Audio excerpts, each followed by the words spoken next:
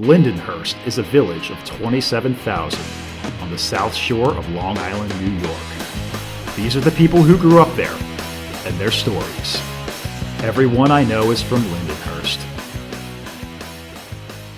Like, I've been on this periphery of this music genre that you guys like are constantly talking about. Yeah. Without Right. even knowing it, because I was just hanging out with my friends. I was so musically, like, what's the word?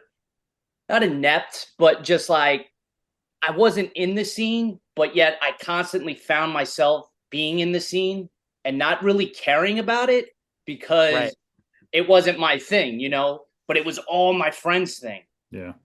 We'll get to it, but you grew up with music in your house a lot, right? Oh, Like your 100%. father played. Yeah. 100%. My brother, yeah, that was everything. But it's so funny because I heard Nick Ficalora telling his story, and I was like, he took me, like, he was like, we were in that Dowling program together, and we went to Dr. Shays. I would have never gone to Dr. Shays in a million years for a hardcore show, but Nick had his mohawk, and he's like, my band's playing. Yeah. And then, like, I think 25 to Life was playing. And I have no idea who these people are, but everyone's so amped up about this. They're serving beer. It's the middle of the day, right after like at a class.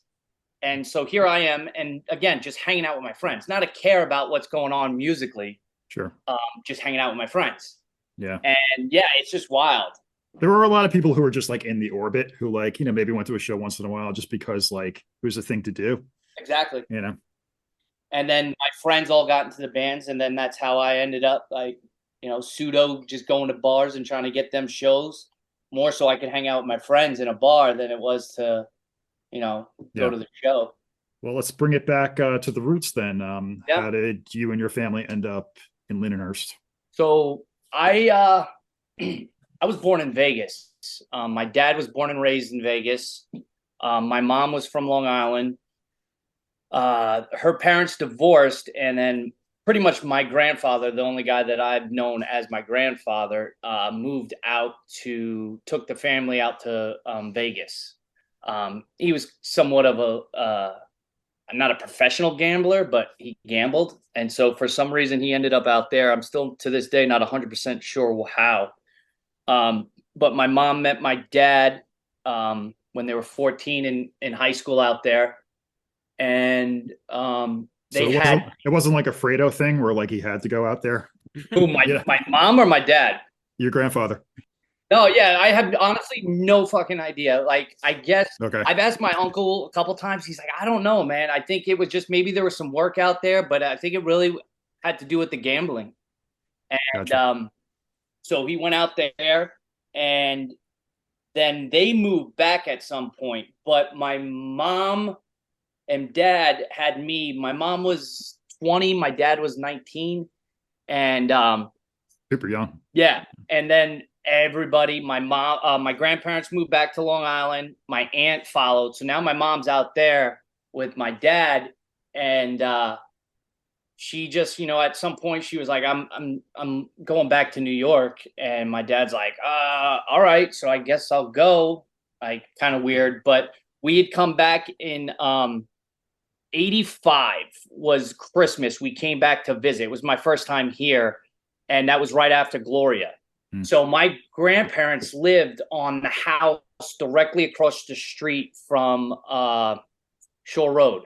So when you take that entrance to get into the parking lot, there's two houses opposite. They're the long one on the left, I guess you would say. So we came back. We stayed there for Christmas into January, went back to Vegas, packed up everything, and then I was back out here in Lindenhurst, staying with my grandparents until my parents found a house.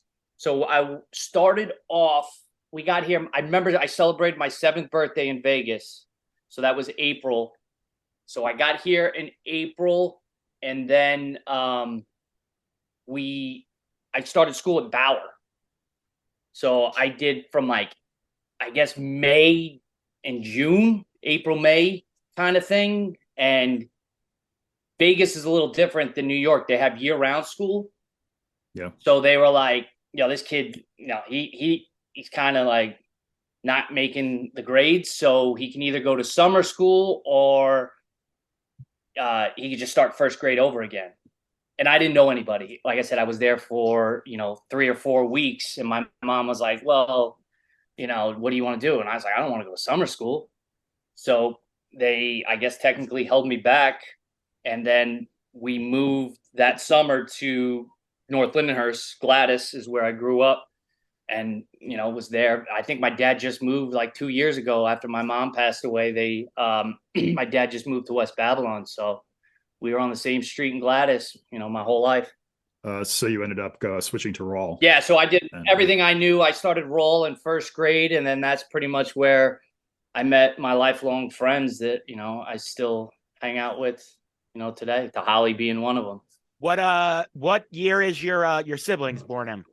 So I know you're a little bit older. Yeah, it's a little weird because it's so funny how like I grew up poor, but I'm 7 years older than my brother and 11 years older than my sister, and they're living trillionaire lives when they were going through. They had everything they wanted, and when I'm growing up, and I'm so it's a totally different dynamic when we get together and we talk about growing up, and they're like, "Why do you always say we're poor?" And I was like, "Because we were fucking poor."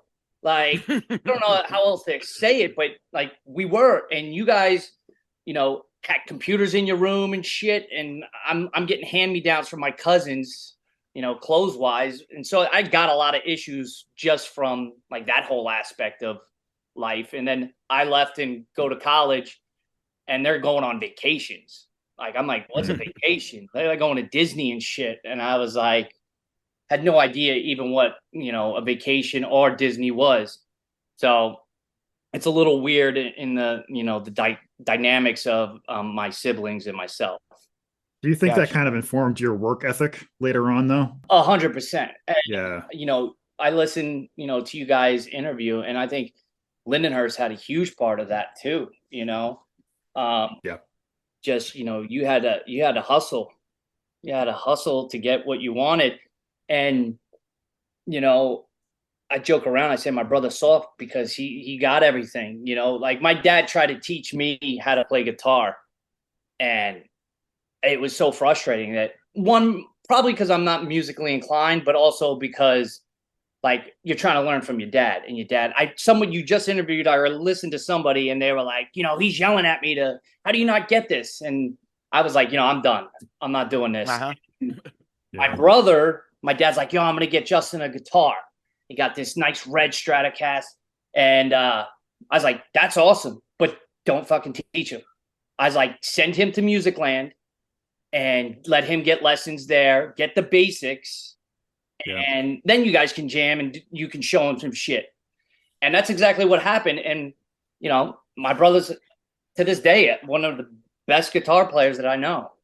Yeah, that's a common thing for kids too, is they'll start, when they first pick up the instrument, they'll try and learn the formal way, and they'll hate it. Yeah. And they'll put it down for a few years. And then maybe preteen years, once they really start getting into music and having friends who are playing, they pick it up again, and then they finally enjoy it because they see how it's applied to music. Yeah. And the internet was coming around, and then you guys had all those, I had tab sheets all over the fucking house of how to learn how to play songs. So that you could get the basics, and then you can just figure it out. And now you're playing, the songs that you hear on the radio. Yeah. And it's much more fun. Yeah, exactly. I will also mention before we go further, you have the distinction of you and all your siblings have the same middle name. Yeah, we're a bunch of redneck white trash. It's fucking awesome. But... apparently my grandfather, not the same. So my brother, sister, and I all have J names. So that started with us. But my grandfather is Thomas Lee Phillips. My dad's Patrick Lee Phillips. I'm Jesse Lee. My brother's Justin Lee, and my sister Jamie Lee. So we're all a bunch of redneck, JLP. Yeah. JLP, keep it in. And then I think my brother even went a little. He didn't want to be super, white trash redneck, so he kept it Levi. I think is what he went with. So it's still JLP, but he gave a little spin on it. But yeah, I guess I don't know. It's a thing. It is a thing. My wife even said something about like, do you want to do that with our kid? And I was like, absolutely not. Okay, so besides attempting music in the early years, what else were you getting into, like when you started school, So as far as activities go? I was a sports guy, like Yeah. it's tough because, you guys kind of hit the hardcore punk scene genre with your guests, and they're all like, I was not a jock. And it was like this jock punk thing going on. And I was like, oh man, was I the jock? Because that's all I cared about was, it started with the Lindenhurst soccer, which I think that's a rite of passage in Lindenhurst. Like you have to join Yeah. some soccer team and then realize that you're either really not good at sports or you like to hang out with your friends, and that's cool. But that was we haven't really gotten into it, but Little League is a huge thing, and it's divided between the American Little League, which is North Lindenhurst, and the National Little League. So American played at Town Hall and Laurel and all those fields and whatnot, and all those games, hanging out at Town Hall and the parades and all of that shit are some of my biggest memories of elementary school, 100%. So I never played, believe it or not, I never played a second of organized baseball. It was either fireman's camp or hanging out with like the Tahalis and the Ben So and Larry So and playing up at the Town Hall field. But that was one of the weird things about coming from Vegas to Long Island, is that Vegas didn't have sports teams at the time. So this indoctrination of the 86 Mets that everybody like that grew up in Long Island and are the Yankees, they knew baseball, like who's the starting pitcher or the starting first baseman. And I had so now I'm getting invited to like bowling alley parties, and they're like, all right, who has the highest, batting average on the Mets? And I'm like, what the fuck are the Mets? And I got Jimmy Atkinson screaming out, Chucky Verlander, all these guys are just, and I'm I felt so like different than everybody else. But so I never really got into baseball, but it was definitely soccer when it was like pay to play. And then pretty much that's what I did up until we got into like junior high and high school, and started doing other sports. What are some of your memories of the Fireman's Park camp? Because I attended that as well. I was a Fireman's Park like rat. Like I even had the rat tail at the time. Everyone did. Yeah. So it's funny because Donnie Wahlberg. Yeah, my mom, would get me there, and some people. It's funny. I met Pat Gorman, my best friend. Since we met actually, that's funny because we actually met at Fireman's Park camp. So in 5th grade, I think a couple of your guests has mentioned it. Our 5th grade class, we got robbed of 6th grade in elementary school. So they had to because they switched you guys to the middle school at that point, right? So at middle school at the time was just 7th and 8th grade, and then so like the class of 97 and the class of 98, we all of a sudden they had to like scrounge together like a field day for us, and an actual walking graduation from elementary school. And then we got thrown into what is the junior high at the time, and then it became the middle school. So 5th grade, the summer between 5th and 6th grade, I'm at Fireman's Park camp doing dodgeball in the morning, and then baseball in the afternoon, and then knock hockey at lunch. And Pat Gorman shows up. His parents moved back up from Georgia, and they were staying with his parents or his grandparents in Massapequa. And he shows up with this Georgia like Southern accent, and I don't know the story. He tells me because I don't remember it. But I guess I just lit into him, like just busting his balls, making fun of like the way. And who am I to make fun of the way someone talks? Because I came from Vegas, and I put mustard on my goddamn hamburgers. And so he went home that day, and he's like, I'm never going back to that fucking camp. That camp sucked, and the people there are assholes. And fast forward, first day of 6th grade. Who's in the same 6th grade class? Because at the time, it was still like elementary school. You only had one teacher. There was Right. no like rotating classes or anything. So I walk in and he's like, son of a bitch. And again, I don't remember this. So he's got this animosity towards me. And I'm like, yo, what's up, dude? And he wants to punch me in the face. I'm like, man, why are you so angry? But meanwhile, I guess the first day of camp, I was fucking torturing him. So yeah, I have nothing but fond memories of Fireman's Park Camp. And again, Did you ever win camper of the year or any of that stuff? I definitely won camper of the week. You got in the South Bay? Yeah, I definitely got in the South Bay. Like the first day, like the first week of camp, I definitely remember winning that a couple times. I don't think I ever got camper of the. I think it was too political back then. Gotcha. You know, I think there was a little politics. It was like Boy Scouts, similar. Yeah, you know, and I was in Troop 109 in Boy Scouts because I think. Me too, George, man. Mr. Kidder all the way. Mr. Yes. And I think there was. So I've heard a couple of you guys talk about like how like Lindenhurst is Lindenhurst, but then you've definitely got the dynamics of the village, and then you've got us north of Sunrise, right? We're our own things, the William Rawl 100%, kids. Like it's its 100%. own weird fucking world. Yes, 100%. Our blocks are a quarter of a mile long without any interruptions. We represent like that. I mean, I'd like to say we're a little grittier up north. I just remember even in Boy Scouts, you could say poorer. Or yeah, I guess that's a better word. Like I remember going to the same jamborees with like the South troop, and I don't know what troop they were, but like they were a fucking professional organization. Like, no, they had like their oown trailer and shit. Like we had legit World War I like tents that we were sleeping in, and they had like sleeping bags and this whole thing. And then I will say this: once Mr. Riley came in, Dennis and I think Jason Riley's.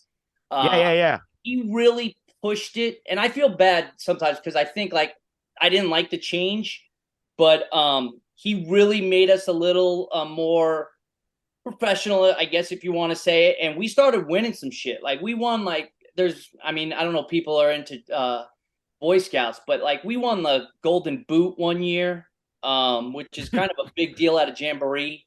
I ended up getting Order of the Arrow. I was ripping through. I think I still hold the record for the most badges in 1 week at summer camp.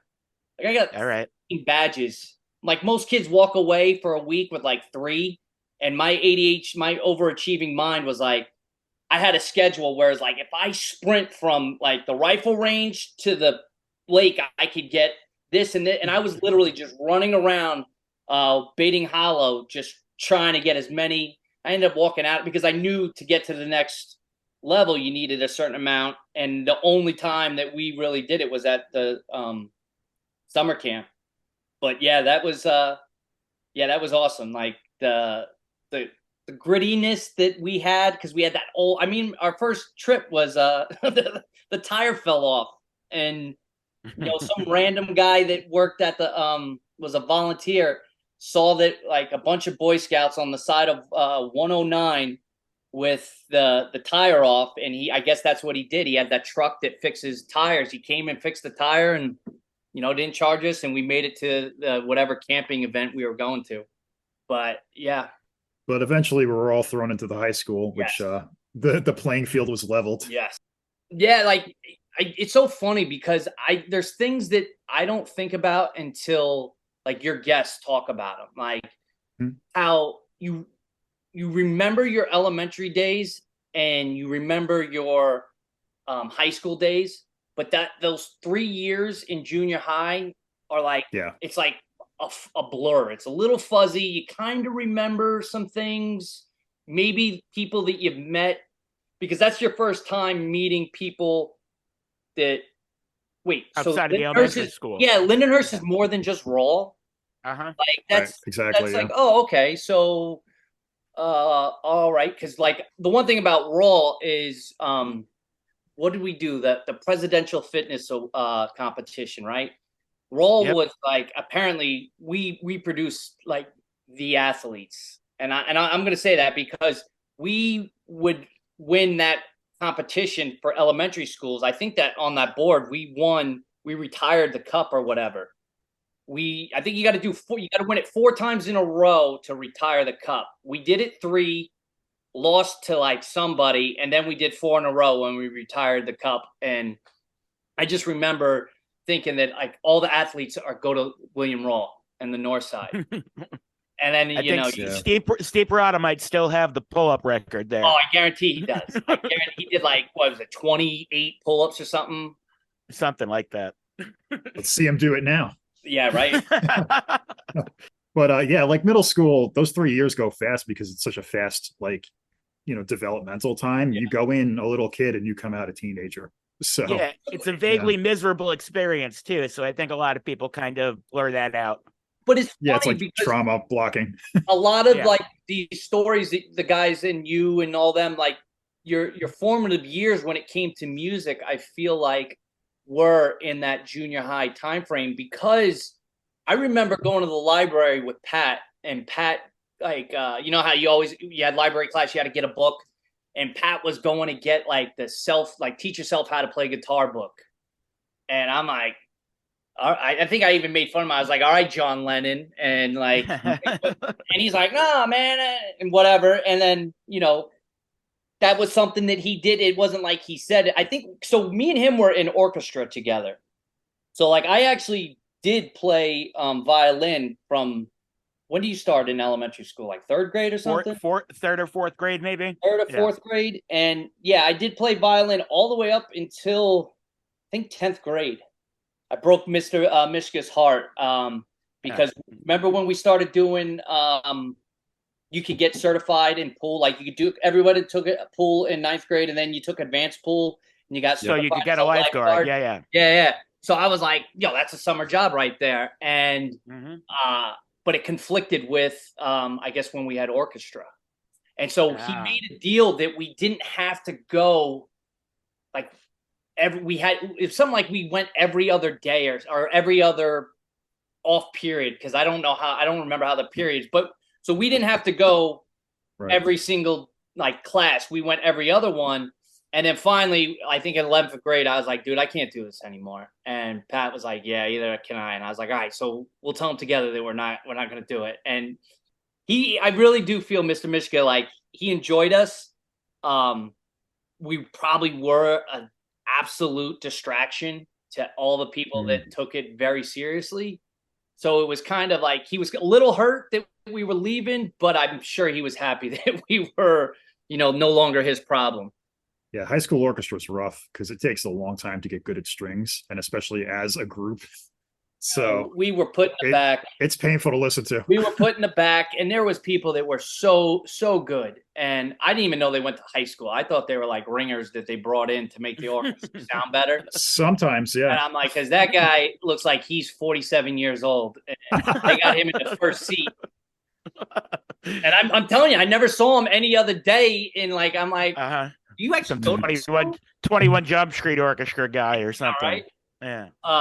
But yeah, it's funny because, guys, I remember in junior high, that's when guys kind of started like finding music. And I never really found music as much as music was a part of my house. Like I couldn't tell you, like, now that I'm older, I respect the fact that I got woken up every Saturday morning to, the old school speaker, the knee-high speakers that just fucking, and my dad just rocking out to, Zeppelin or the Beatles. Just my dad was cool without me knowing that my dad was cool. I was just like, dude, it's 8 o'clock in the morning and you're cranking Queen right now, which kind of gave me my, like, I knew Queen before it got popular in Wayne's World. I was like, hey, I know this. And then like I could sing those words because I heard it 1,000 times.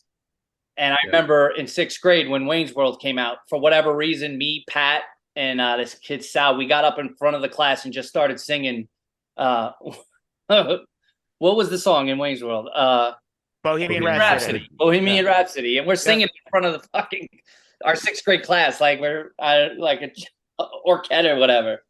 But yeah, it was definitely growing up in that house. I was given the opportunity to listen to music, but I never really appreciated it. It was almost annoying to me. But yet all my friends are getting into that scene. And, and again, I was just all about sports. It was, wrestling, football. I mean, junior high was weird because we had like 4 seasons. You could play, 1,000 different sports in junior high. And then intramurals. I think we had intramurals before school.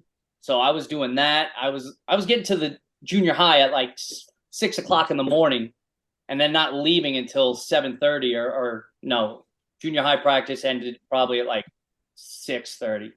So I was like fucking at school 13 hours a day and just filling my time with sports.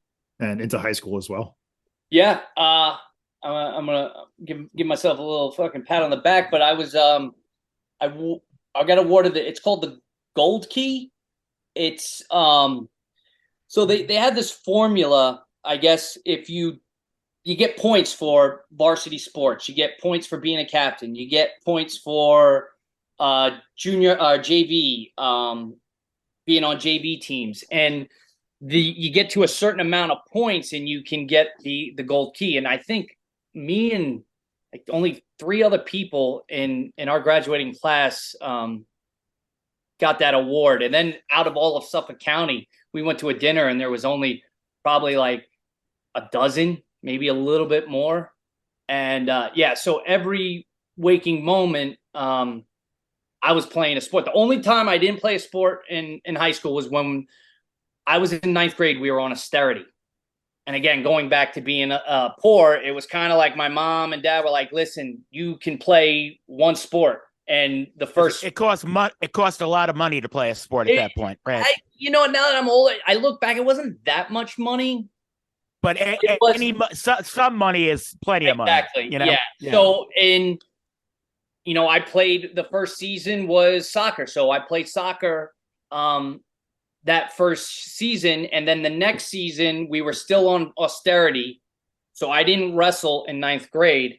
And then we went off of austerity. And then after that, I played. For people who may not know what that means, it basically means at that time, the budget did not pass the vote in Lindenhurst for the school that year. So extracurricular activities like music and sports all cost money out of pocket for the parents. And at a certain point, when I was in elementary school, there were no buses. Yeah. Also because of austerity. And someone got hit walking to school. And at that point, they were like, you need to, like, we can't have kids walking to school at 7 a.m. by themselves. They need buses. So they got fucking buses back. So you can't have no buses. You were in what, junior high? I am 2 years younger than you. So there might have been a couple of times when the district was on austerity.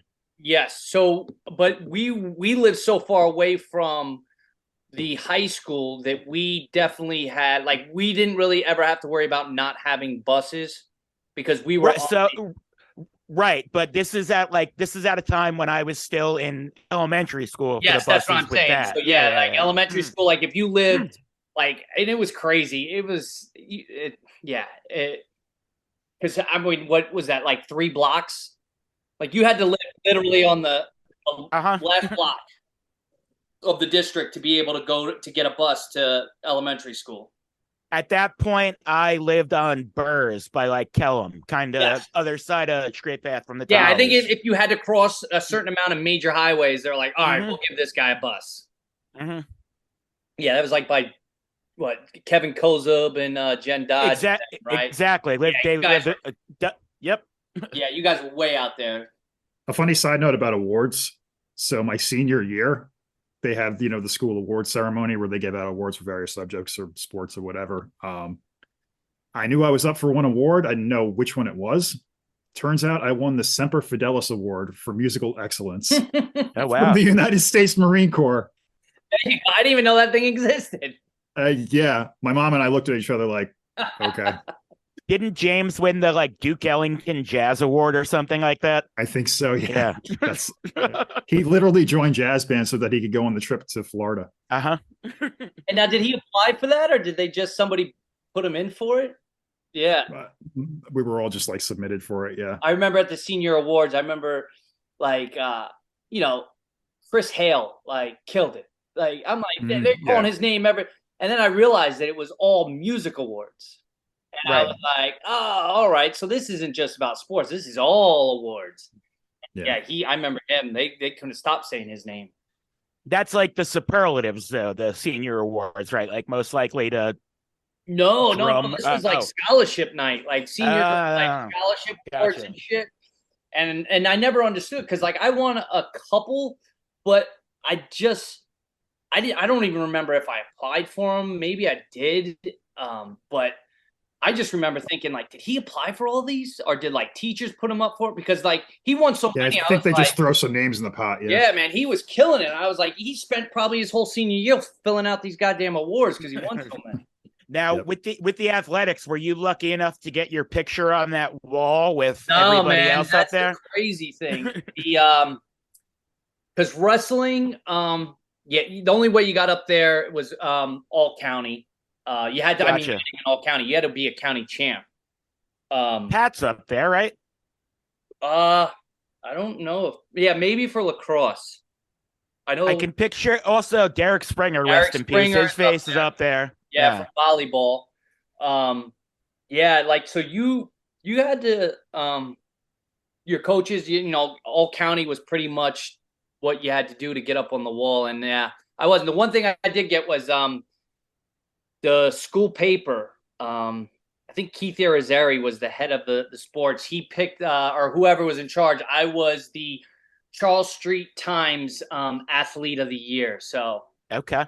I got that. I think it was me and Kelly Sullivan were on the back of the school paper as the most athletic. So there you go. My claim to fame. Keith Irizarry, now a sportscaster himself. Yeah, right. So maybe he knew something. Yeah, all these other people. As a joke, I was voted the most athletic in my class. So 2001 most athletic right here. Yeah, come on. Dave Tavares won our presidency election, and they were like, like we know this wasn't real, so we're gonna make you and Teresa LaMonaco co-presidents. I was like, we had our first like fake election back in '98.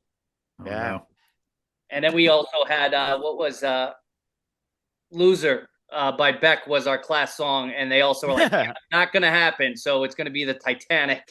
Oh no! Yeah, fucking a lot of corruption in Lindenhurst. It's crazy.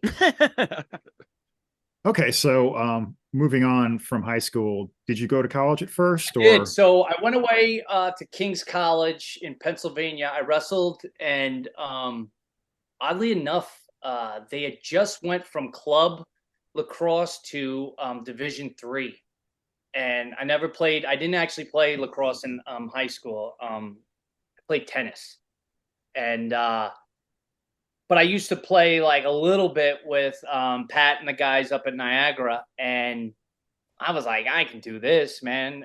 So I tried out, and I made the team, and so I played. I wrestled and then played lacrosse for a season in college, and not to jump ahead, but when I joined the Navy, Pat calls me up and he's like, yo, I just got like Face Off magazine. I was like, oh, all right. And he goes, dude, you're like one of the Face Off guys to watch for next year. I was like, oh, no shit. I was like, well, I'm otherwise occupied, so I guess they don't have to worry about me. So I guess I had a decent season. And then, after my freshman year of, technically it was my sophomore year because like Nick Ficalora, I graduated with my first year of college. So high school in Dowling, which is no longer in existence, basically I transferred 31 college credits and they accepted them all. The only thing they didn't accept was like a freshman orientation class. So I was actually my true like first year of college, I was a sophomore. So after my sophomore year of college, that summer, I was kind of lost. I'd broken up with a girl that I was dating, and I decided we actually went to college together, and I was like, you know what? I'm not feeling like going back to the same place with the girl that I was dating. So I don't know what came over me. I decided I was at my aunt's house, and I guess I had an uncle that was in the Navy in Vietnam, and she happened to have. He died in. He actually died on Straight Path in North Lindenhurst. But she had his Vietnam pictures when he was in the Navy, and I was like, you know what? Let me go check. The recruiter was right up. Not before they moved to Wellwood Avenue. They were by the. It was next to Beverage Land where I worked. Yeah. So I went in there, and man, this motherfucker got me. Like, it's so funny too, because in high school, like I had this idea of like, you got to go to college. Like, the people that join the military are the people that, like, they don't have any other options. Like, it's kind of like what the movies made you seem like, is like, it's either you go to not to go to jail, you go to the military, or if you can't, addicts in convents. Yeah. And so I was like, that's not me, man. I'm college material. And then I went and talked to the recruiter, and they sold me, man. I went in on August 17th, and I was in boot camp 10 days later. Like, they had me on the express train. They got me through the testing, the MEPS, and this and that. Got me in boot camp, and then I ended up scoring pretty well on the ASVAB. So they sent me to sonar tech school. So I graduated boot camp out of Great Lakes, and I ended up out in San Diego for what was like my C school. So the C school was actually almost 2 years long. So they actually got 6 years out of me, a contract of 6 years. But while I was in school in San Diego, I didn't know shit about the military. I didn't know that there was like a hierarchy and a rank structure. I mean, I guess I knew there was a rank structure, but I didn't know that there was a difference between enlisted and officers. And I got this guy yelling at me and telling me what to do. And I was like, wait, the difference between him and me is 2 years of college. So you need a bachelor's to be an officer. And I was like, I might as well just go back and finish my 2 years so I can tell people what to do and not be the guy sweeping the floor.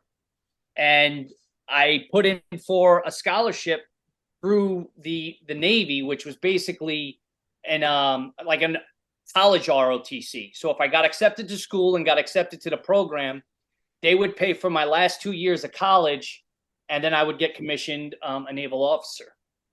And I got accepted. So I ended up doing a Westpac. I finished the school after a little under 2 years and got orders to the USS Steedham out of San Diego. I got to ship, and like on Thanksgiving of 1999, I think I got there. And then we deployed January 2000 to the Persian Gulf. And this was when Saddam was still in charge. Yeah. So we were, I went over and did a Westpac. We stopped in a bunch of cool ports, and I ended up getting accepted to that ROTC program. So I ended up going back to college to San Diego State to fulfill my 2 years and then get a commission. My first day of class was September 8th, 2001. So 3 days later. Yeah. So 3 days later, my whole life got changed because, I was a peacetime sailor. And it was funny because when you do, I don't know if you know anything about ROTC, but it's kind of the same as the high school. You remember how kids used to have to wear the uniform to school? Yeah. Mm-hmm. So the same thing in college. 1 day a week, you have to wear your uniform. You have special military classes that you have to take, leadership and ethics, military history, just basically whatever the Navy decides that you need, plus your regular classes, whatever degree you're getting. 9/11 happens. Well, it's the first day that we're supposed to wear our uniforms. So you have like this big like formation. You have like this kind of class in the auditorium, and then some kid comes in and he's like, yo, New York City, one of the towers just got hit by a plane. And I was like, oh, yeah, that happened years ago. There was a plane that and they're like, no, this is like a legit plane. And so now I'm like, and then now, mind you, it's a 3 hours difference. So this is like 5 o'clock in the morning. we're all up, and the next thing you know, they're like, oh, they hit another one. And so now, I was in school with a bunch of guys that were Navy SEALs, and they were doing the same thing. They enlisted, they were Navy SEALs, they were getting a commission. But once you're a SEAL, you're a SEAL. So once they were graduating in December, these dudes just disappeared. The military was like, you know what, you're an officer, you've done everything you need to do. They got a commission and they were gone. They were ghosted. But that really changed me, because technically that was my junior year of college, and you have to decide whether or not you're staying Navy or with Navy or ROTC, because the Marine Corps is a department of the Navy. You can choose whether or not you're going to do Navy side or Marine side. And because I was a peacetime sailor, like, that's what I was just going to do. And then when we're now actually going to war, I was like, I didn't want to be on a boat sitting out in the middle of an ocean pushing a button and watching a rocket take off. I wanted to, as I guess macabre as it is, I wanted to be in the fight. And so I came home, and so it's kind of weird. I don't know if there's listeners that are going to be like, oh, he was AWOL. The program, the scholarship that I got, I was actually discharged from the Navy. So I was an honorable discharge. I had a DD 214, but there was a stipulation that said if I didn't commission, if I didn't become a naval officer, I had to go back into my enlisted rank and finish my original contract, right? Because they're still going to they paid for my college. They're going to get get theirs back. So I came home, and I was like, now at this point, John, the recruiter is on Wellwood Avenue next to Blimpie. Right. So I go in and I talk to this guy. I'm like, listen, this is a crazy story, but hear me out. I was like, I tell him what I just told you. And I was like, but I want to be a Marine. I want to be in the fight. And he's like, yeah, this is crazy. He's like, I've never ever, I've been doing this. He's like, I'm a career recruiter. I've never heard this shit before. He's like, you mean to tell me you can stay in the Navy and you're opting not to? And I said, yeah. And he's like, all right, let me get back to you. So now I'm waiting, and I feel like this, not to cut you up, but this is probably around when I start seeing you a lot then, because that's yes. Milwaukee skyrocket time. And I remember you being around 100%. all the time for that, obviously. 100%. Yeah. So while I'm hanging out and having a blast, I'm like waiting for like the MPs to show up at my house and be like, yo, we're taking you back to San Diego. Now the recruiter's like, listen, you're discharged, so you don't have anything to worry about. But they may he goes, I don't know, they may try to force you to at least go back and start processing to go back into the Navy. But he's like, if that happens, contact me. And I was like, all right.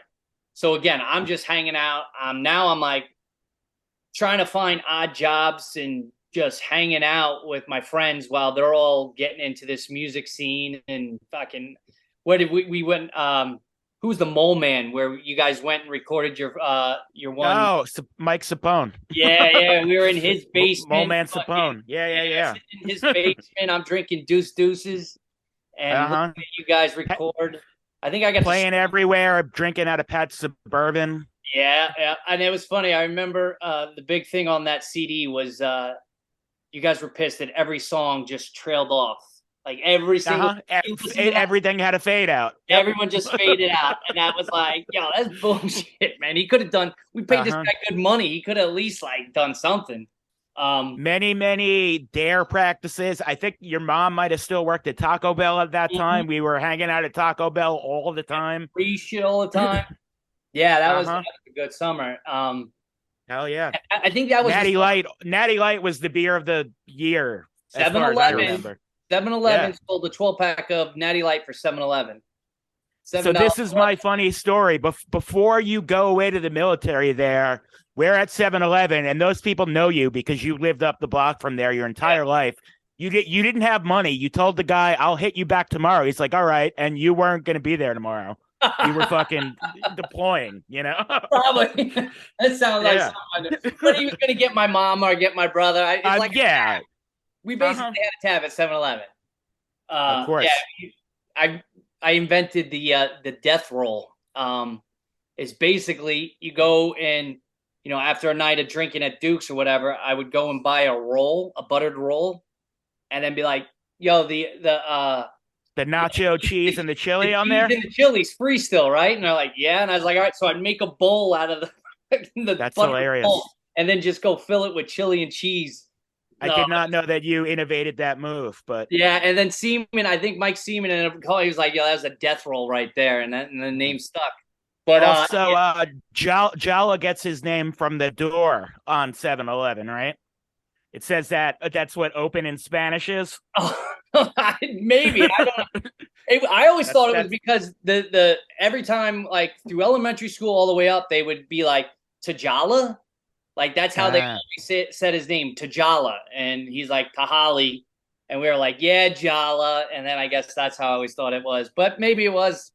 But so before we get back to the military stuff, at this time, I'm friends with Phil. I start playing in a band with Phil. You are very like lifelong friends with Mike because you're the same age, went to elementary school together.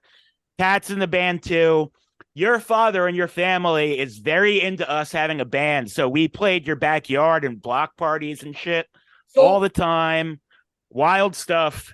John, I was just talking about that. So when we started, I was doing before I joined the military, I was obviously a swim instructor, because like I said, I took that class, and then we would always go back to my house and, drink some beers. And my dad always had acoustics, so they would come out.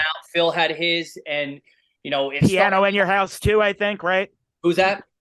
Piano in your house too, I think. Oh, yeah, piano. Yeah. Piano, right up in the steps. I mean, my dad had everything. He had drums. He had, even further from that, I had friends that lived on, like, I was friends with Brian Gaggus, who lived down the block from you and stuff like that. So I remember all the roll kids on your block when I was younger.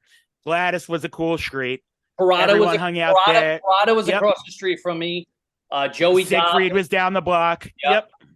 So I remember we had so I called it Lawn Fest. So I had the acoustics. They were doing probably Dave Matthews, something bullshit like that. And like all the girls from the pool were over. And then the next year, I think Milwaukee was around. So I was like, yo, let's do a legit Lawn Fest. Like we set up a little stage. My brother, I think at this point had a band with his friends, with Julian, Beachco. Yeah. Yep. And so they had their band. My dad, I think, had a band. So they played, I think Unsound played, or Jared Dowd's band or some shit. Probably all of it. And then did I play that too? I think you did. I really think you did. And then so you might have played the year where like it got so fucking big in my yard that we went to the street, right? And I turned it into a block party. Yeah. I was like, yo, next year I'm gonna make it a block party. So that way the neighbors can't yell at us for being, because like it was crazy. Like there were so many people at my parents' show. My parents didn't care, but the neighbors were the assholes. And then so I made it a block party. Now this is crazy because I don't know if most people understand how block parties work, but you need a percentage of the houses on the street to agree to it. Yeah, so you need the petition to have it done. Yeah. Someone has to go around and get signatures. But the thing with where we grew up in that section, I want to say there was like 60 houses because the blocks are uninterrupted and they're a quarter mile long. So in reality, I had to get like 40 houses to agree to this block party. So I'm going around and I'm like, listen, I've already got 40 houses, so you might as well just sign it. Meanwhile, I got nobody. So I just kept telling everybody, I already got the 40, so you might as well just sign it. And they're like, oh, all right. All right. But it turned out to be a great show. I mean, like I said, we had I have a picture of you in that little, there's a picture of me, but in the background, you're standing in that little courtyard that I had. And I think my sister has all those photos, but yeah, it was wild, man. I said, I remember someone driving their car into the block party at the end of the block one year. Probably like I said, because someone probably signed it, but they didn't want to be a part of it. And then the next thing you know, that they're like, well, I got to get home. So they're driving down the middle of a fucking block party. But yeah, that was great. Like so we had that, and like there was definitely, there was one other band where I was like, who are these guys? And then somebody was like, somebody of somebody, I think maybe Phil was like, yeah, I told him. And I was like, all right, yeah, cool, whatever. And then, yeah, that was probably the last time. Then finally, I think I went into the Marine Corps after that. So, Okay. yeah. So what was that experience like? So, I get a call and it's the recruiter. And now I'm going to say I was doing odd, man. I was the Renaissance man. I'd get a job. And then, like I said, I knew I was eventually hopefully going to go into the Marine Corps. So I was just living the party lifestyle, just any minute, just thinking I was going to boot camp. So, I do one job and then I was like, all right, I do another one. So I finally get the phone call and the recruiter's like, listen, I got good news and I got bad news. And I'm like, oh shit. I was like, all right, what's the good news? And he's like, you can join the Marines. And I was like, that's awesome. And he goes, the bad news is you got to do boot camp all over again, which I knew. And he goes, and you're going to lose all your rank. And I was like, all right, whatever. And he goes, but the caveat is, he goes, they were never going to have you come back and finish that contract. And I was like, well, what were they going to do? He said, they were going to send you a bill for all the college that they paid for. He was like, they were going to send you a $75,000 bill. And I was like, holy. And he goes, but if you do 4 years in the Marine Corps, they'll call it a push. You're square with the government. And I was like, oh, all right. Well, I was going to do the 4 years anyway. So basically all of that college that the military paid for, they didn't hold me accountable. I did 4 years. And then, and then I actually, the crazy part is because I enlisted after 9/11, I fell under the new 9/11 GI Bill. So I got, I was able to go back to school when I got out because in actuality, I still had like one class to finish to graduate from San Diego State. So he tells me this. So I end up leaving the 2 days after Pat's. So he's like, you ready? Yeah, that's what he says. So the recruiter's like, you ready to go? And I'm like, I was like, my best friend, I got to wait till February 20th is his wedding. And I'm the best man, so I got to wait. And then I'll leave. I was like, I'll probably be hungover, so let me leave on the 22nd. And that's what happened. I left on the 22nd. And then I got stationed in North Carolina after boot camp. I came home for a couple days. And then and this is the crazy part, I wanted to be infantry. So, I wasn't sure if this was going to be a quick war. I mean, hindsight being 2020, I could have fucking played my cards a little different. But I got to be 0311 infantry. I went to 1st Battalion, 2nd Marines, 2nd Marine Division out of Camp Lejeune. And I deployed to Iraq my first time. And I left March of 07. So, we took off. We flew straight to Kuwait, got into Kuwait, and then flew to Al Assad. And then once we got into Iraq, then we pushed out to where I was. My first tour, I was in a city called Rupa. Pretty gnarly. Got blown up. Gotten a couple ticks, which is just small skirmishes. My battalion got kind of separated. It was a little weird. So, a couple companies stayed to the south. Another company went totally to another spot. So it was kind of like you train with these guys, and then when you get into country, you kind of get ripped apart and you're all over. And you're hearing stories that, Charlie Company got ambushed and, your boy from boot camp, got his face fucking sliced off from a exploding garbage truck. So it was tough. We lost a couple guys, and then the deployment ended and we came home. And at this point, it's really pushing hard in Iraq. The turnarounds are crazy. So I got home. March, I got home in August. And I think in September, I finally got home to Long Island. We got a little bit of leave, and then I was back in Iraq July. So it was fucking crazy. Like it was so nuts that Iraq was more, when I got home, that things seemed so different at home. But when I got back to Iraq, it was like I was just here. It was so familiar because they were just turning us around. We were actually pretty lucky on my second deployment. We were, by this point, 2008, 2009, we were breaking down Iraq, moving things around and shifting back to Afghanistan. So we were the first battalion that made it through an entire deployment without losing anybody, which was pretty awesome. You know, it sucks when, you know, you go over and you don't come back with everybody. But this deployment, we were lucky enough to come back with everybody. I was going to, I think at this point I get out, I have like a year left. Called a short timer, but I was going to stay in. I was actually thinking about making a career out of this, and I was going to be a drill instructor out in California. And the girl that I dated, I ended up marrying for a short period before I got divorced, was kind of like, you know, this is probably not the best thing for us if we're going to try to make this work, which it didn't work out anyway. So fucking thank you. But I didn't do it. I got out and then came back home and finished my degree at Hofstra. You know, I got out in January of 2010.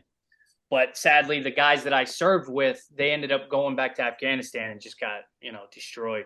They not have a good go over there.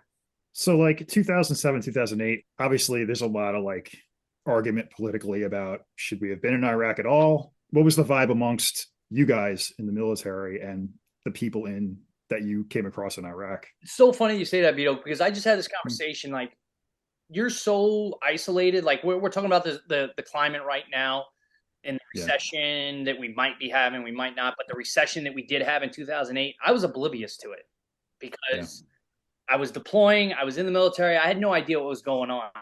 You know, Obama just got elected.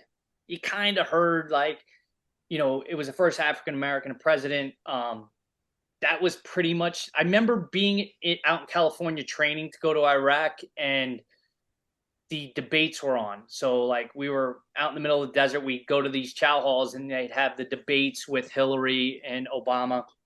And you don't give a shit about that. Like we're there, like everybody that's there enlisted in a time where it's a volunteer military, you know? So you're not being drafted. It's not Vietnam where you're, you know, like you're doing it because something is driving you to do this. And you know that the end game is that you may die.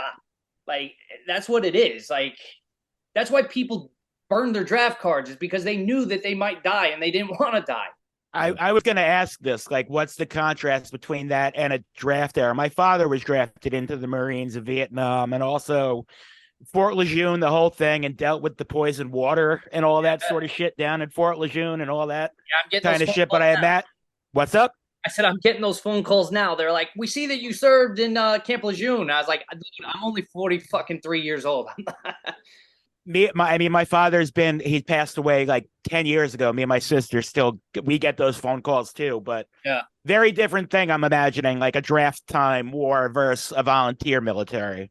Yeah. Again, because everybody knows they're there for some whether, you know, I had all walks of life. I had guys that, you know, were poor and this was their way out of poverty, or at least stability. There was people that wanted to go to, it's still one of the best ways to get a college degree without fucking going broke is joining the military. And then there's like people like me on the Navy side where the recruiter just sold the fucking shit out of them. And they were like, yo, they told them all of these great things that really aren't true. And to all the recruiters out there, I'm sorry that I'm letting the fucking cat out of the bag, but yeah, when they tell you, they're salesmen. Oh, that's 100% what they are.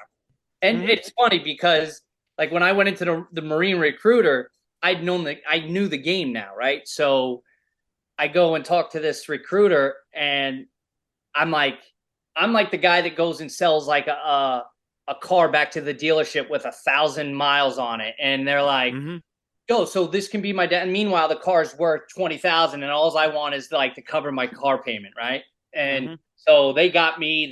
I hit a quota, but yeah, everybody there, they knew what they got into.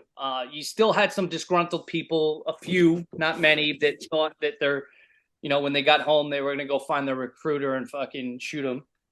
But most people, they did it because, I guess, Vito, back to your question, was it right? Was it wrong? Why we were there? I don't know. Like politically, I think dictators, we have a responsibility as a superpower. When a bully is picking on somebody, I would never just walk down the street, walk by somebody where I see somebody picking on somebody. So I feel that we have a responsibility now. Do you have a responsibility of finishing what you started? I say, yeah, you can't leave a vacuum. Somebody's going to fill that role, and it may be worse than what it was. And that's kind of what happened in Iraq. But I will say my eyes were opened when I was over there, because people there, they just wanted to live their life. Like, the first city I was in, we burned the whole city. So it was like a gigantic dirt wall all the way around. And there was three, what we call tactical checkpoints. There was only 3 ways into the city, and we had a curfew. So we had to check these vehicles, because the city we were in was a major hub of truck stop. It was basically a big truck stop town where all the trucks coming from Jordan and Syria and places like that, they'd come in, they'd offload their goods, whether it's Pepsi or fucking water or whatever it was, and then it would get distributed out through Iraq. We had to make sure that they weren't smuggling in guns and shit like that. But if you didn't make the curfew, we shut down that checkpoint. So I try to explain, like, to my Marines, like, they'd get annoyed and stuff. And I'm like, listen, guys, these guys are just, imagine somebody goes into your hometown and just puts a gigantic dirt wall around it, and then tells you can't go to your house that you can see 50 feet away. And you now have to sleep out in your truck until the morning, until we come out and open up that checkpoint and let these people back into their own town. I was like, there's a reason why we're doing it, but they don't have to like it. Some of them didn't. A majority of them did. They were happy. They saw us bringing, it stabilized the economy. It gave people, at the time, it was one of the worst droughts in Iraq. And, these different jobs started coming. Most of them were sheep herders, right? So with nothing to eat, the sheep died. So these guys were out there with no jobs. We were teaching them, like, police. Basically, they started their own kind of, I don't want to call them militia, but they were like local Iraqi army police. So we started teaching them how to protect their own, instead of just letting these outside players come in and take over their cities. We were teaching them how to basically defend themselves. A lot of females that lost their husbands during the war, they get sold these goods from these, ISIS, jihad, whatever you want to call them, and they would use them as suicide bombers with the promise that they would take care of their family. But in reality, they were just going to turn their kids into either extremists or suicide bombers themselves. So I went on a detail. So we had to protect, and I shit you not, these cowboys. These are fucking legit, like, cowboys. They had cowboy hats, the cowboy buckles, the tight ass jeans. And I'm like, what the fuck are these guys doing in Iraq? They're not military. They're ranchers. And we were taking them to the local markets. I guess the stockades, right? Where they sell cattle and milk cows. And the U.S. government was buying dairy cows to give to widowed Iraqi women so they could have a source of income. Believe it or not, if you have a cow that can produce milk, you can sell that milk, and you now have a way of providing for your family without blowing your fucking self up, and with the hopes that your kids are given a better life. So we're running around Iraq with these cowboys and basically their security detail, while they're out there, looking at these cows and making sure that they're decent cattle, so they can. Now the government says I guess the cowboy's like, yo, that cow's worth like $3,000. So then we, the Americans or whoever it was, would go over there and be like, yo, we'll give you $3,000 for that cow. We get all these, and then we gave them to the Iraqis. So, there was a lot of things that we did over there that were, I thought, great. And I just feel once I got out, and then we left, and with us leaving, it was really hard to see on the news that like our vehicles, our bases that I stayed at are now like ISIS command posts and stuff like that. That's really where it was like, but now all our focus was in Afghanistan. So it was kind of like, all right, Iraq, you guys, we helped you out the best we could, and good luck. And I feel like we went in there with good intentions, but we didn't finish the job. And there's smarter people than me that I guess decided that that's what we needed to do. But I don't feel that it was. Like, as with everything here, it's politically, it's either black or white. They're either all for it or all against it. But having been there, it's way more complicated than that. 100%. And and I saw the good. That's the thing. Like, it is kind of like the movies where they're like, they see you and they're like, it kind of reminds you of like the old World War II movies where they're like, Saddam, no good. Bush, A-OK. And I'm like, yeah. I was like, you don't have to say that to me. It's okay. Yeah. But yeah, I did what I got. Sadly enough, I was young and naive and wanted to, be in the fight, and I got what I wanted. And, I came out a little fucked up from it. I'm still dealing with, mentally and, PTSD wise. And, I can only be grateful that I'm, where I'm at now, where, I still got friends crawling into closets and, putting a gun in their mouth and pulling the trigger. And, they say there's 22 veterans that kill themselves every day. And, you do buddy checks and you check on them, and, sometimes, it takes you. I'm sure the adjustment back to normal life is, very jarring. Yeah. You know what it is? Yeah. Go ahead, John. I'm sorry. I was like, if I'm not a soldier, so I can't speak from that, but I've only seen, it's a documentary called Restrepo that I don't know if you've ever seen that, but if you haven't, I highly suggest anybody watching it, if they want a first person view of what this kind of shit actually looks like. And I can't imagine what actually being in a situation like that would be. And I know it fucked my father up, and I never asked him about it, and he definitely didn't want to talk about that kind of shit, but it's no joke, and it's something you have to deal with, unfortunately, the rest of your life. And I'm glad now there seems to be less of a stigma about, the shit you guys deal with, and the PTSD and all that sort of stuff, the conversations around that. 100%. And that's where I'm at right now, when you first get out, and it's like, like you said, our fathers, our grandfathers, they didn't talk about this stuff. And it doesn't make you less of a man.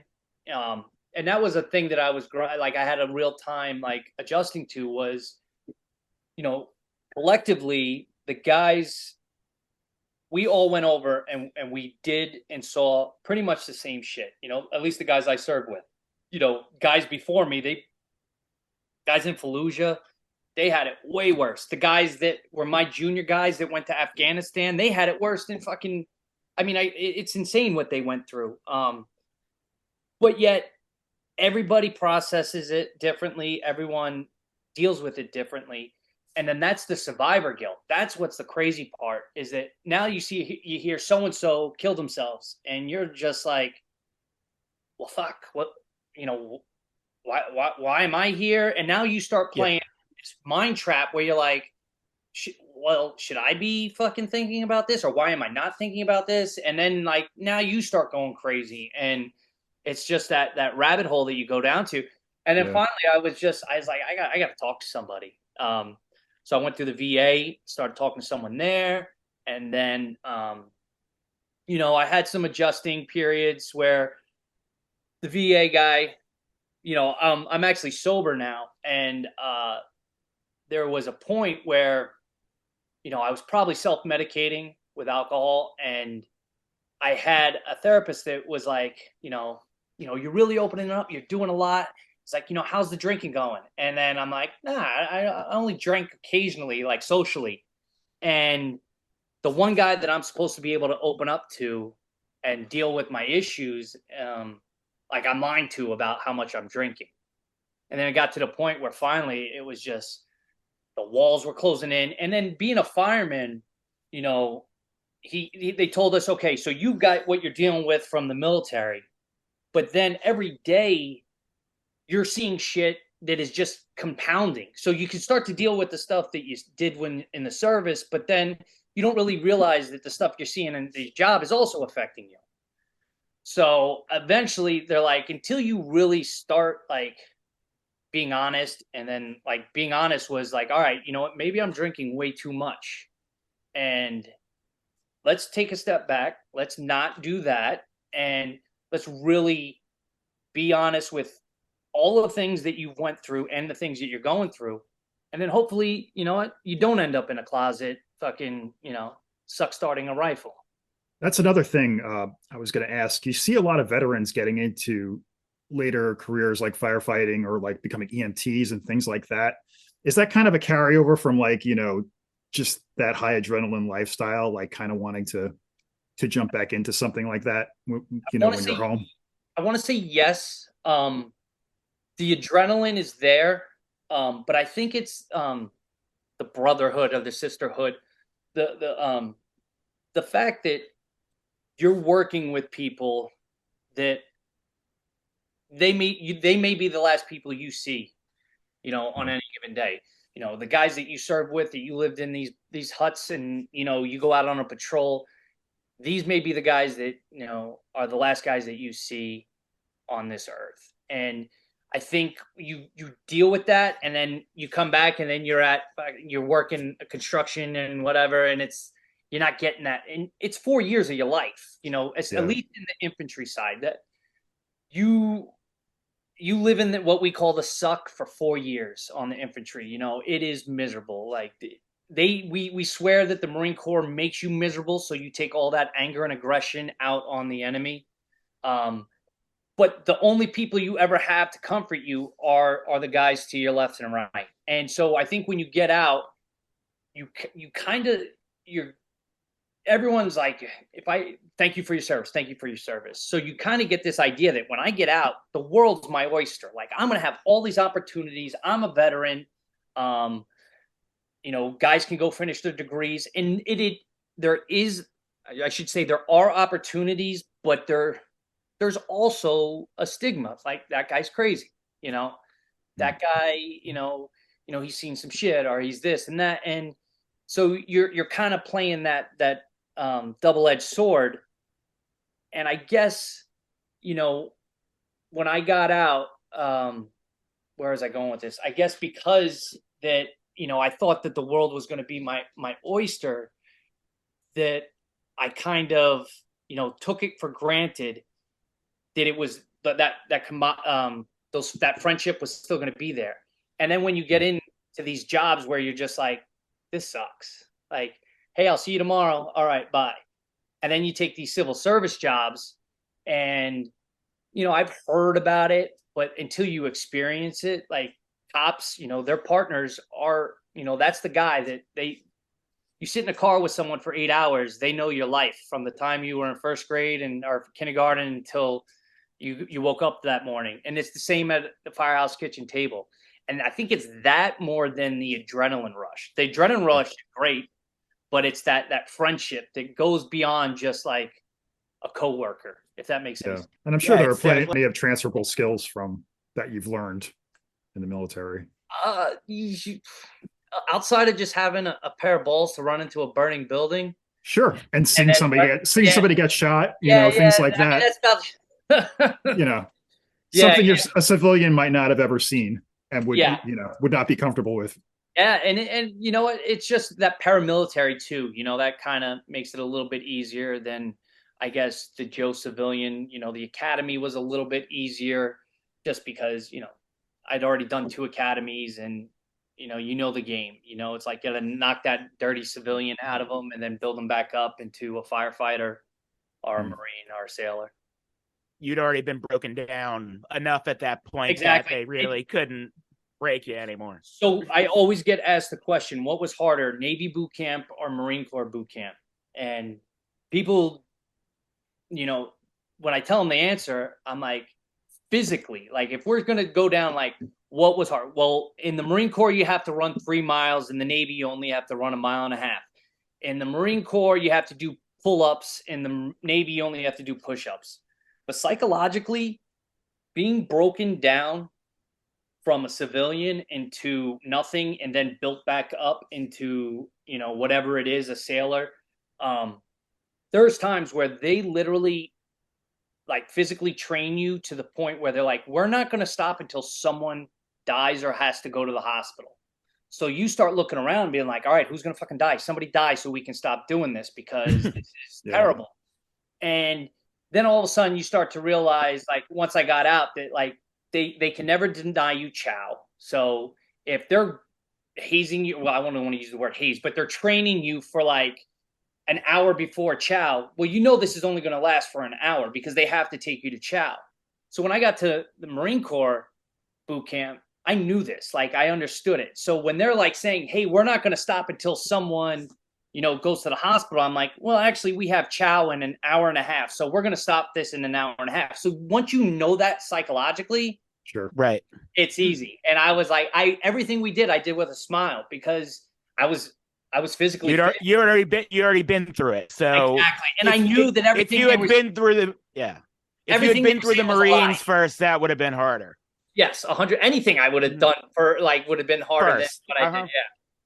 So, but you already had a sense of what it was going into that. So that aspect definitely helped you. But you do, and it doesn't help the fact that Vito, back to your question, that you get 5 points for being a veteran.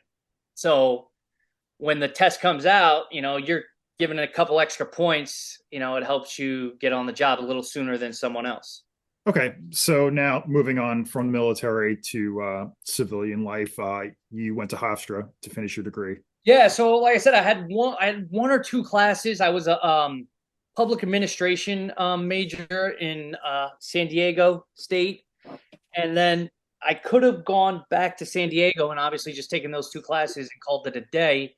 But I was recently married, and I was like, from the time I graduated, I'd been gone. So now this is 2010.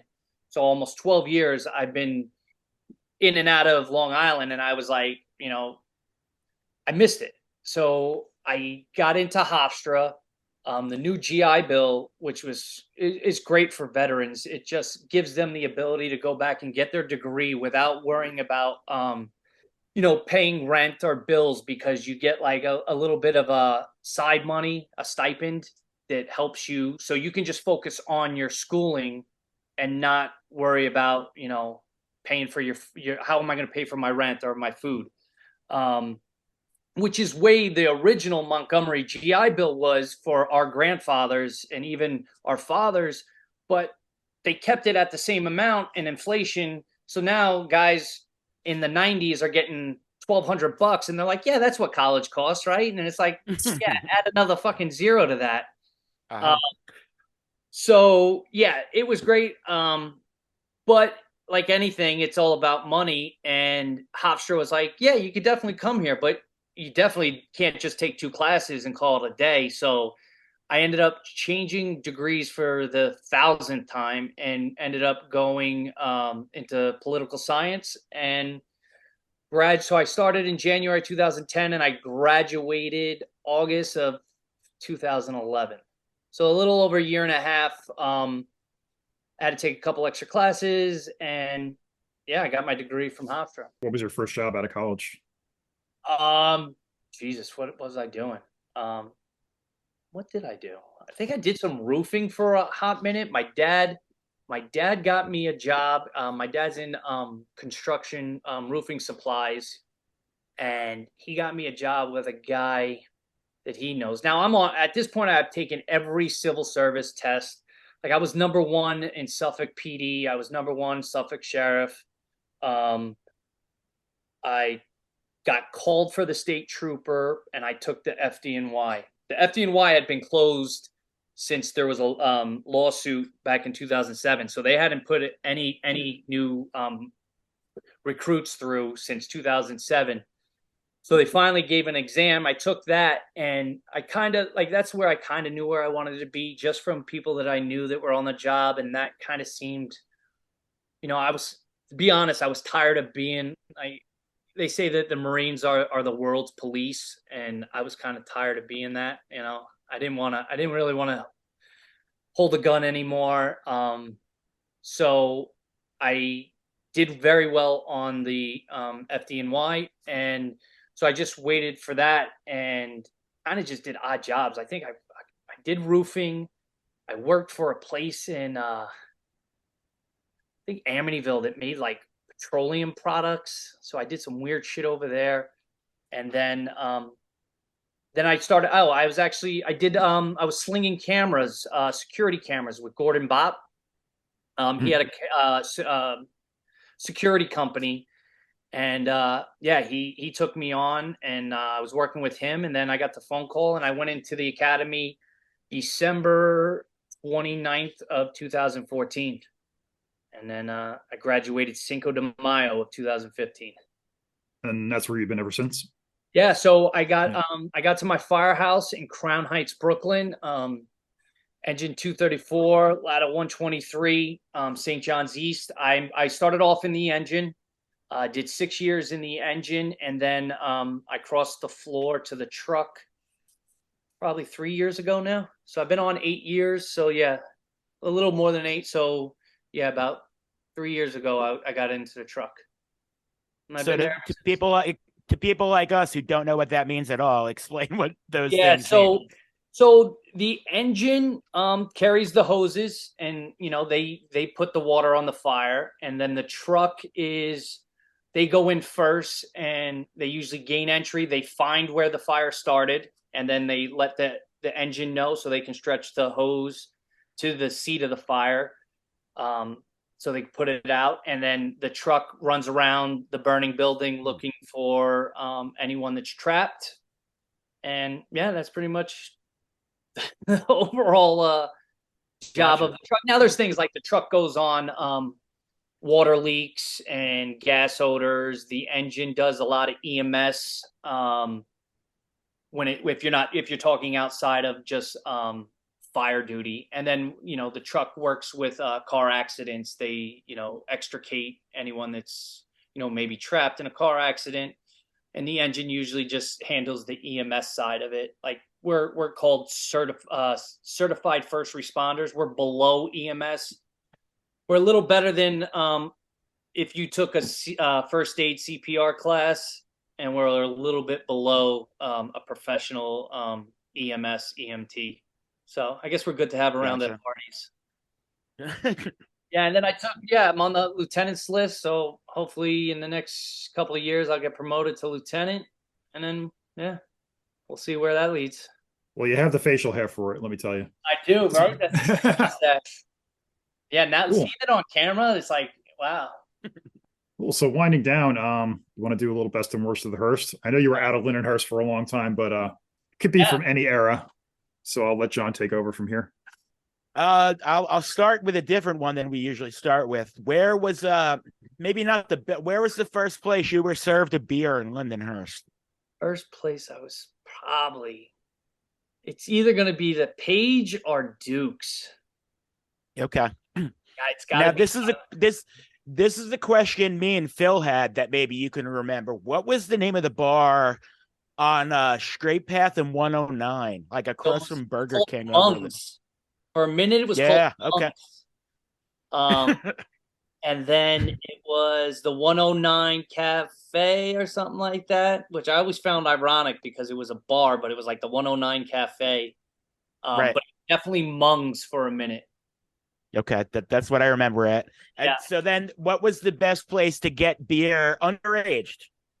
Underaged. So this is how we used to pull it. I don't know if you remember Iggy Gomez.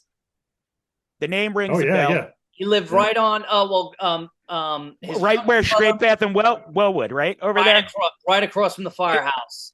And he played football, and they always toilet papered his house there, right? Yep, yep. And he had his brother Yeah, Fernando, and then he had the younger There you brother go. Mauro that got into the music scene. He was gotcha. sang in a band or whatnot. But Iggy looked old as fuck, and he would take it. It was straight out of Dazed and Confused. I think we probably stole it from Dazed and Confused, but he would go into 7-Eleven, and we would all sit in the car. And actually, him and Danny Wright too. Danny had his older brother's ID, but he would go in and throw his keys on the fucking the counter all nonchalantly, like dog day at work, you know. And then the guy would be like, "Oh, okay," and he'd throw the beer on, and he's like, "Here, keep the change," and then he fucking sprint out.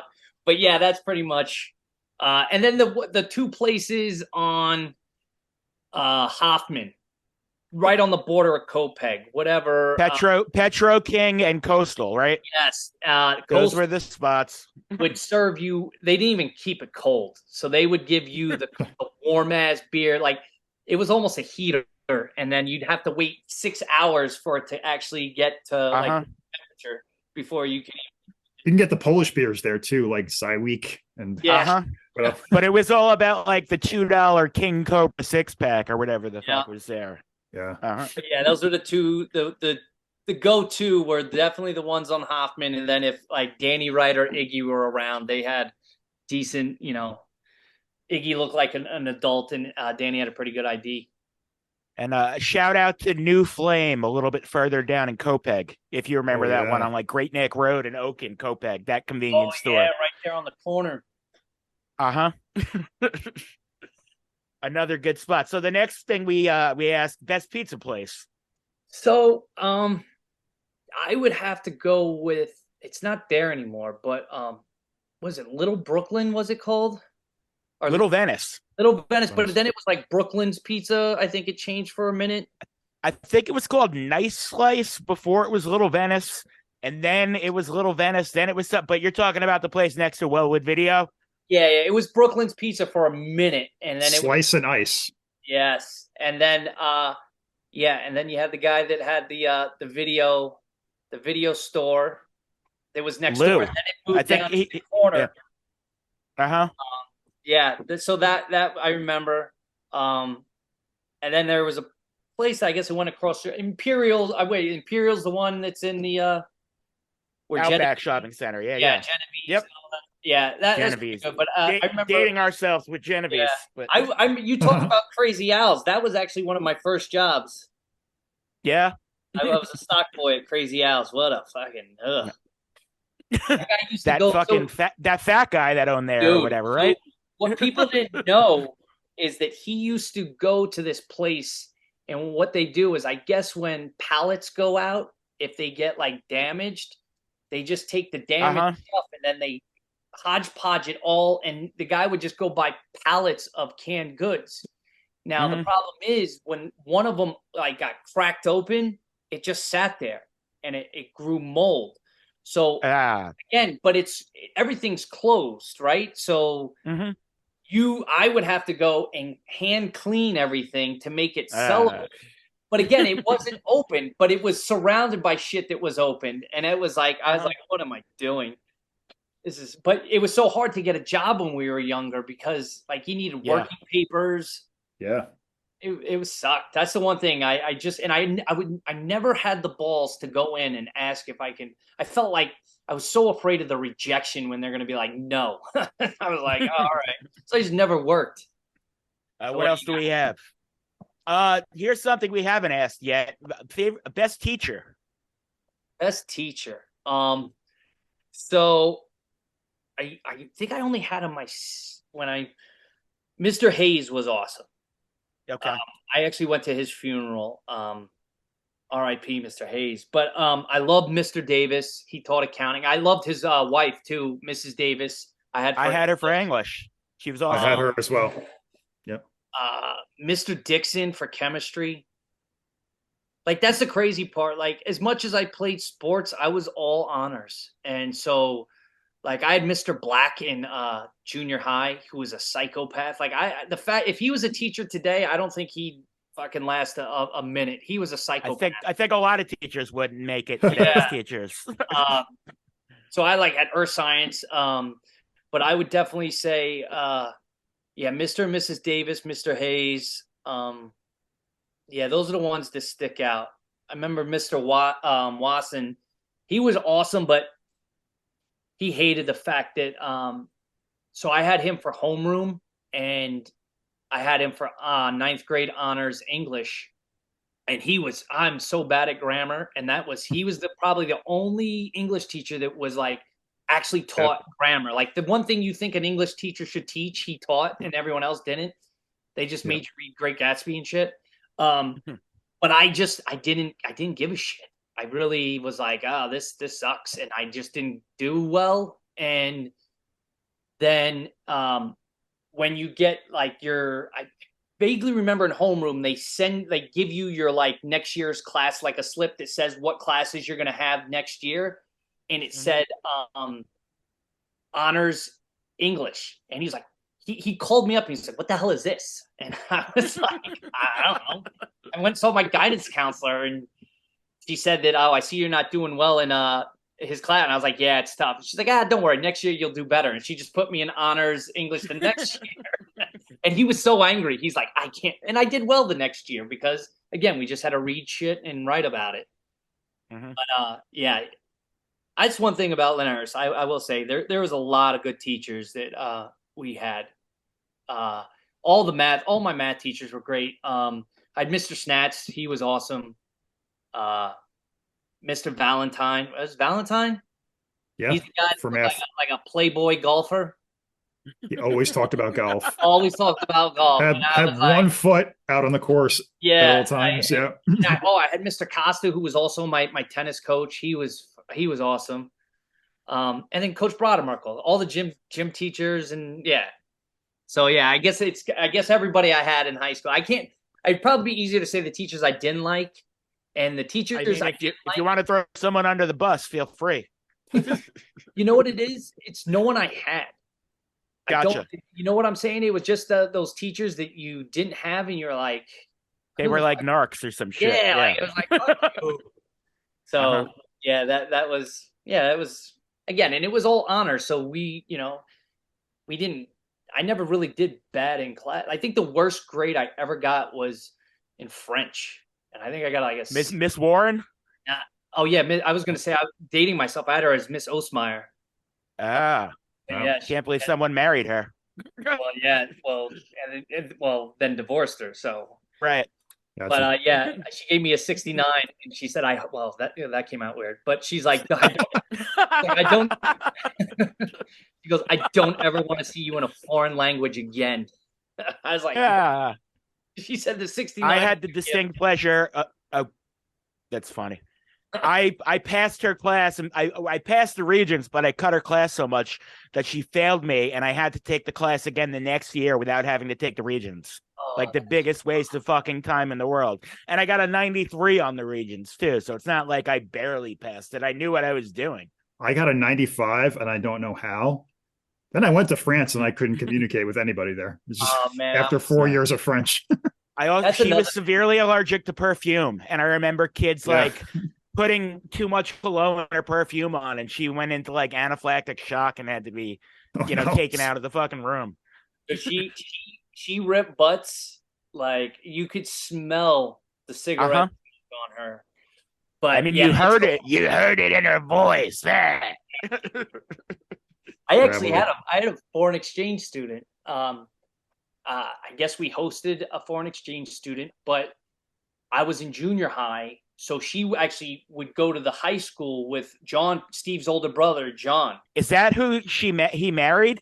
No. That was wasn't that a foreign exchange student in their house though?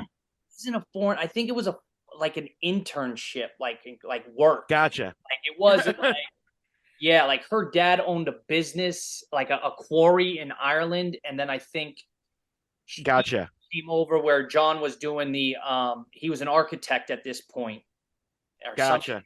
I don't know. But I knew yeah, it was something like that, but yeah. But yeah, what else you got? So back to music. Do you have a favorite band from Lindenhurst or Long Island in general? Skyrocket. hell Okay. yeah.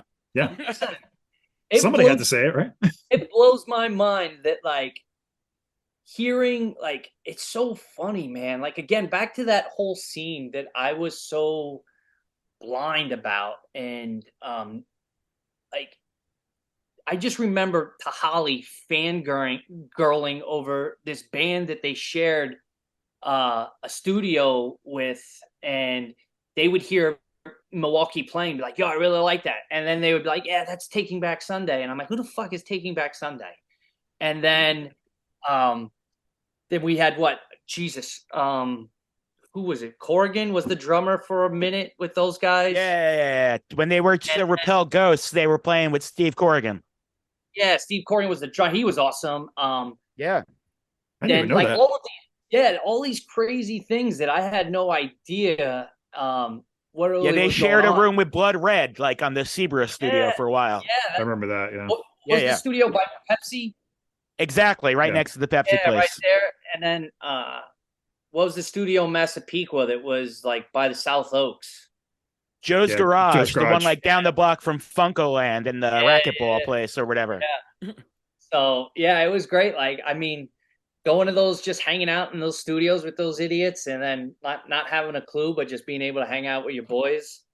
But yeah, I would definitely say Milwaukee Skyrocket. You know, I'm going into these other bands that yeah, you guys got to definitely do another playlist for the We will for sure. But like I'm going through some of these bands that you guys have been having on, and I definitely heard the names and heard them spoken about, and then listening to them now I'm like, oh shit, I wonder how I never heard these guys. And but it's awesome, and it's hard to believe that I didn't know they all fucking went to Lindenhurst.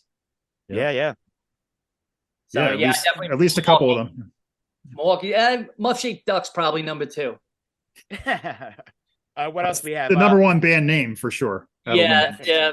I actually, you know what? It's so funny because I don't know if I was the first, but they were having a practice at the Jam House, and for some reason I realized that remember the old pony kegs, not the thin ones, but the flat ones. They were wide as a big keg, but they were like just the bottom part.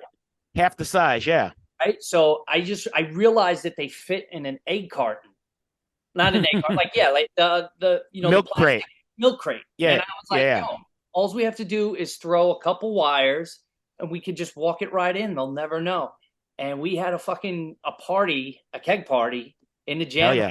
This was before they had the cameras.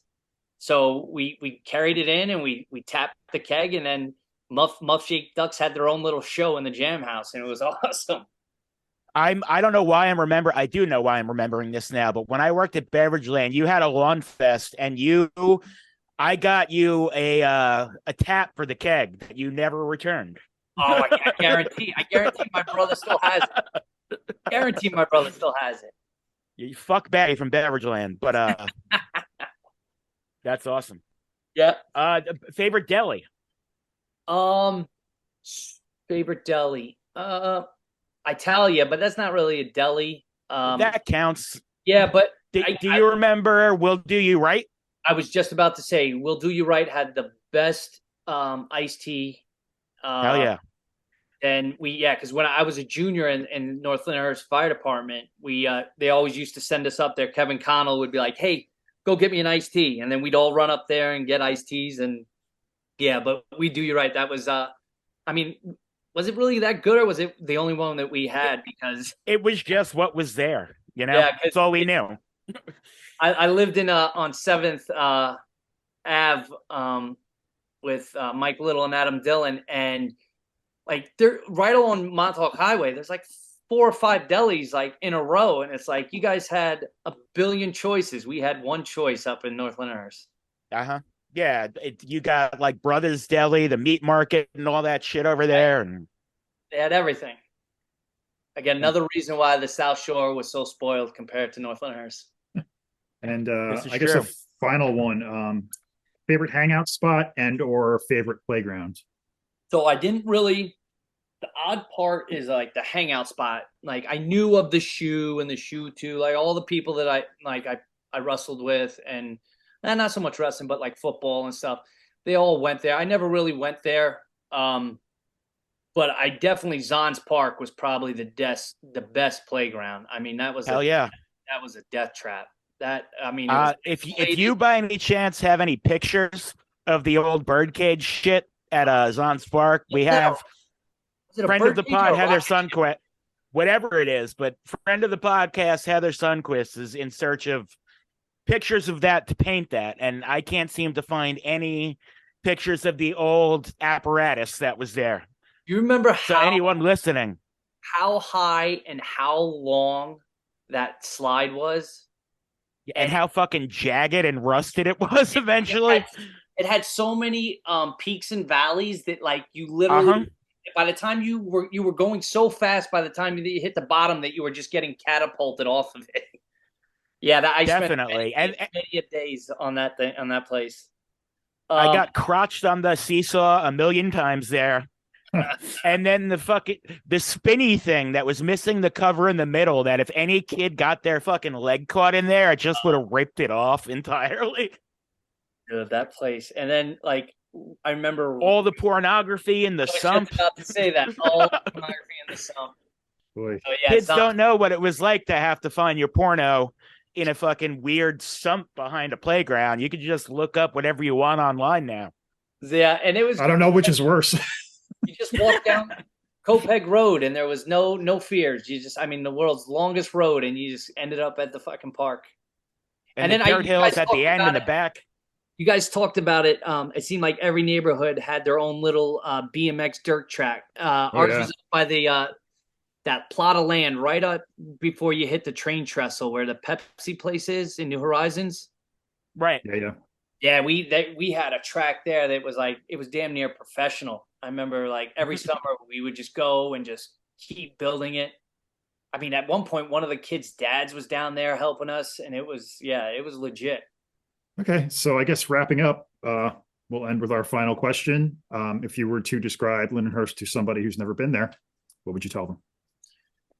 Man, I remember going to football camp, and it was mainly Nassau County high schools, and it was the Mr. Rossi, right? Who the hell was the guidance counselor that came to us? Rosillo? Rosillo, yes, yeah. Coach Rosillo. He ran it because he was a Nassau guy, and one of the coaches, we were stretching, and there was 4 of us at this camp, and he starts screaming. He goes, "You guys have no idea. You guys are all soft." He's yelling at the Nassau, and he goes, "We got 4 guys from Lindenhurst right now." He goes, "Watch," and he winds up and kicks me square in my fucking in my helmet, and I just started laughing because I was like, "This fucking guy just kicked me in the face," and he's like, "See." He's laughing. That's what you get from Lindenhurst. He goes, you get grit. And that kind of always stuck with me. Like, had a fucked up sense of humor. Yeah, like we didn't have everything. We could take a kick in the face. Yeah, we were I hear people say we were blue collar, but I feel like, you had some friends that, their families were a little, better off than others, but there was never that, like, I live in the North Shore now, and there's definitely like, you feel the difference, right? Like, oh, my dad. Absolutely. But in Lindenhurst, everybody welcomed everybody. I don't feel like there was like, oh, well, my dad's this and your dad, so you get like everybody, and you knew it because if you were doing something fucked up and so and so's mom saw, you knew it was getting back. So it was really that idea of the community really was always watching out for everybody. Everybody wanted the best for everybody. And yeah, it was hard nosed. Like, it was tough. You don't get called Swindlehurst for a reason, and I love it. I mean, I think I am the person I am today because I grew up in Lindenhurst. You got even the guys that, I still talk to from Lindenhurst, they laugh at me because they're like, there's nobody more in love with Lindenhurst than Jesse. And the fact that like now my kids are going to be going to Smithtown, I'm like, what the fuck? And that was like the one, like I remember specifically it was 11th grade. We played Smithtown, and they ran the score up on us. I mean, it was their homecoming, and they did a number on us, and I hated them. It was Smithtown and Bayshore were the two towns like that we either played football or wrestled that I hated. And here I am now. I'm gonna have to go to these gyms with my kids and be like, "Oh yay, go Smithtown! I'm so excited for you." But yeah, Lindenhurst is just. I mean, I don't know. It's just one of those places where no matter where you go, if somebody knows about Long Island and you say Lindenhurst, they kind of look at you like, all right, there's something with this guy. Like, he survived Lindenhurst. So I guess, like I said, there's a grit to us, but it produces successful and, good. I think a lot of good people came out of Lindenhurst. I mean, we also had, our bad people, Sure. but I think more good than bad. And it was definitely because of that, I think, community, nature nurture aspect of it. I think, our community definitely nurtured everybody that came out of there. Yeah. Especially in the 80s and 90s when we grew up, it was very strong, very tight knit. I had, for weeks, I had friends like just living at my house, and I'm sure other parents felt like I lived at their house, and nobody really cared. It was just like another, like Joe Ortega and I think it for a solid 5 years, Friday nights, we slept at one of each other's house, and then Saturday night we slept at one of each other's house, and then that was it. Like that's just the way it was for, from third grade up until like junior high. That was just, I knew the route to cut through backyards to get to his house without having to walk the long way around. Yeah. And his mom, it's that funny thing where you just kind of knock on the door and you walk in. And it's like, hey, Jesse, he's in his room, or hey, he's in the garage, because there was no cell phone, so you didn't know where the hell anybody was. Exactly. But yeah, Lindenhurst holds a definitely a spot in my heart. Even when I was away in over in Iraq and things like that, I just remember, that Lindenhurst was the place that I looked forward to, and I couldn't wait to go back. Like those places that, like you said, the bagel store, We Do You Right, the Beverage Land, those places, the 7-Eleven getting the Natty Light, like that was all waiting. And yeah, that's definitely a big part of my upbringing. Yeah. Well, thanks so much for coming on, man. Yo, guys, thanks. Man, Yeah. this was awesome.